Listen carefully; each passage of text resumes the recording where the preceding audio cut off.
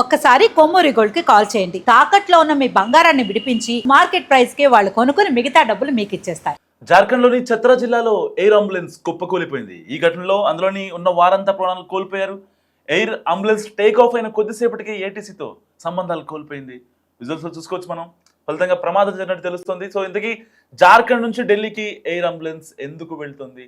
Red bird Airways private లిమిటెడ్కి చెందిన beach craft C-90 విమానం అది. సో కాలిన గాయాలతో ఉన్న 41 ఏళ్ల సంజయ్ కుమార్ని ట్రీట్మెంట్ కోసం జార్ఖండ్ రాజధాని రాంచీ నుంచి రాత్రి 7 గంటల సమయంలో ఢిల్లీకి తరలించారు.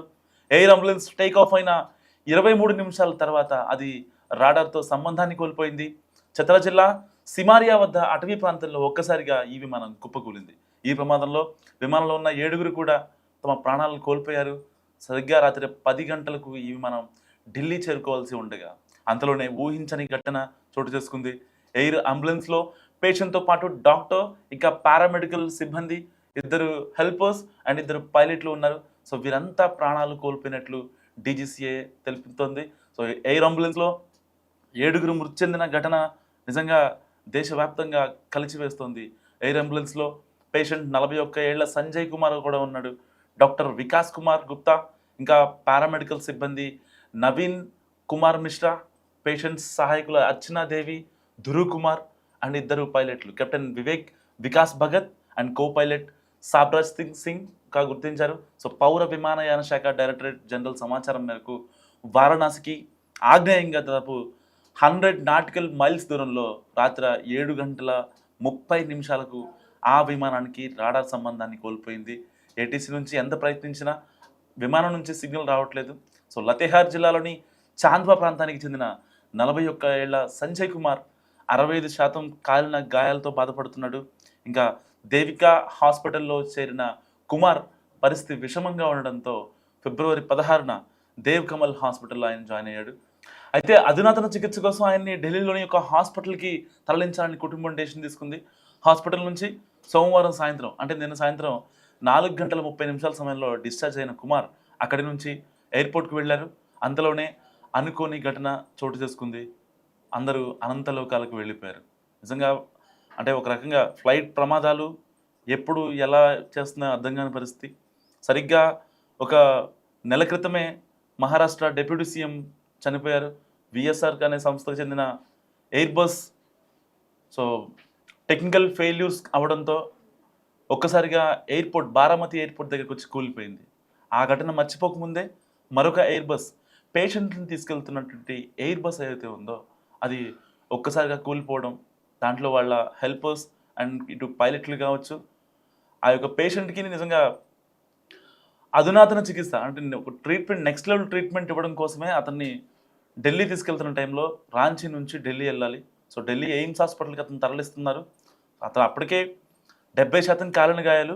వాళ్ళ కుటుంబ సభ్యులు, ఈ కుమార్ వాళ్ళ కుటుంబ సభ్యులు ఎవరైతే ఉన్నారో వాళ్ళు ఒక సపరేట్ ఎయిర్ బస్ని వాళ్ళు హైర్ చేసుకొని దాని త్రూగా ఇటు DGCAని కన్విన్స్ చేసి ఇట్లా పరిస్థితి బాగాలేదు ఈ పేషెంట్కి, ఎట్టి పరిస్థితుల్లో అతన్ని మంచి చికిత్స అందించకపోతే అతను ప్రాణాలతో ఉండడు, ప్రాణాలు కోల్పోతాడని చెప్పి అతన్ని ఎయిర్ బస్ నుంచి తీసుకెళ్తుండగా ఈ ఘటన జరగడం నిజంగా దురదృష్టకరం.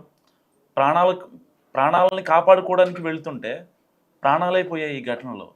నిజంగా ఎంత దారుణం అంటే అంత దారుణం.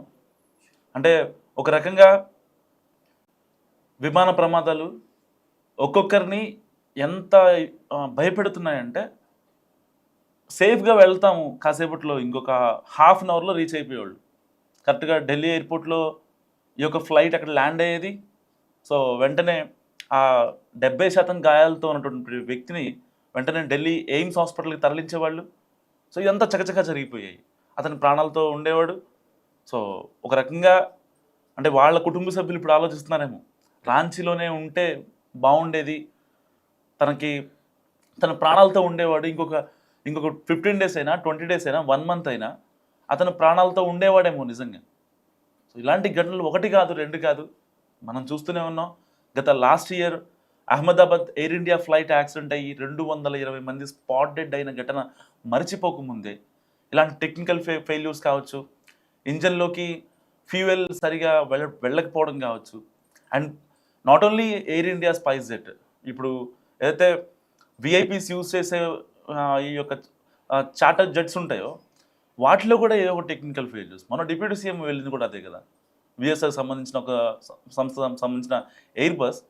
సో ఒక స్మాల్ టెక్నికల్ ఫెయిల్యూర్, సరిగ్గా బాంబే ఎయిర్పోర్ట్ నుంచి బయలుదేరిన తర్వాత బారామతికి 20 minutes, కొంచెం ల్యాండింగ్కి అనువైన ప్రదేశం కాకపోవడంతో, విజిబిలిటీ కొంచెం తక్కువ ఉండడంతో అక్కడే ఎయిర్పోర్ట్ దగ్గర, బారామతి ఎయిర్పోర్ట్ అనేది చాలా చిన్న ఎయిర్పోర్ట్, అంటే లైక్ మన Begumpet airport, Vijayawada airport, Tirupati airport ఎంత ఉంటుందో దానికన్నా ఇంకా తక్కువే ఉంటాయి అన్నమాట. అలాంటి ఎయిర్పోర్ట్లో విజిబిలిటీ లేదన్న కారణంతో అక్కడే ఆ ఎయిర్పోర్ట్ చుట్టూ కొన్ని ఆసిలేషన్స్ చేసింది. అయినా సరే అక్కడ అనుకోని ప్రతికూల పరిస్థితుల్లో ఆ చార్టర్ జెట్లో ఉన్న వాళ్ళంతా కూడా అనంతలోకాలకు వెళ్ళి ఒక్కసారిగా కుప్పకూలిపోయి ఆల్రెడీ ఫైర్ వచ్చింది. సో విండ్ షీల్డ్లో ఫైర్ రావడంతో వెంటనే ఆ యొక్క ఫ్యూయల్ ట్యాంక్ అంటుకోవడంతో ఒక్కసారిగా పేలిపోయింది. అప్పుడు గ్రౌండ్ని హిట్ చేసింది అనమాట ఆ ఫ్లైట్. సో ఇలాంటి ఘటనలు 1 కాదు 2 కాదు. అంటే టెక్నికల్ ఫెయిల్యూర్స్ని డీజీసీని ప్రశ్నించాలా, లేదు పైలట్ల కమ్యూనికేషన్ సరిగా లేకపోవడమా? వన్స్ ఒక ఫ్లైట్ టేక్ ఆఫ్ అయిందంటే ఏటీసీతో నిరంతరం కమ్యూనికేషన్లో ఉంటుంది. వాళ్ళు ఏం మెసేజ్ ఇచ్చారు, ఆ యొక్క పైలట్ అండ్ కో పైలట్ ఇద్దరు వాళ్ళ కమ్యూనికేషన్ ఏం జరిగింది, ఈవెన్ క్యాబిన్ క్రూ చేసే అనౌన్స్మెంట్ కావచ్చు, అండ్ దాంట్లో ఉన్న ప్యాసింజర్స్ లిస్ట్ కావచ్చు, ప్రతిదీ డీజీసీఏ మానిటర్ చేసుకుంటుంది. ఇప్పుడు ఈ కుమార్ విషయంలో కూడా రాంచీలో అతను చాలా గాయపడ్డాడు, 70% కాలిన గాయాలతో ఉన్నాడు. అతన్ని కనుక ఒక 70% ఉంటే ఆల్మోస్ట్ బాడీ మొత్తం కాలిపోయి ఉంటుంది.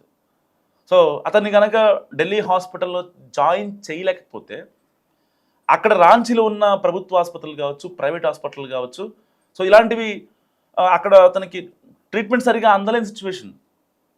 సో ఎట్టి పరిస్థితుల్లో అతనికి ఒక మెరుగైన చికిత్స అందించాలి అంటే ఫ్లై అవ్వాల్సిందే, ఎట్టి పరిస్థితుల్లో ఫ్లై అవ్వాల్సింది, దాంట్లో మొహమాటమేం లేదు.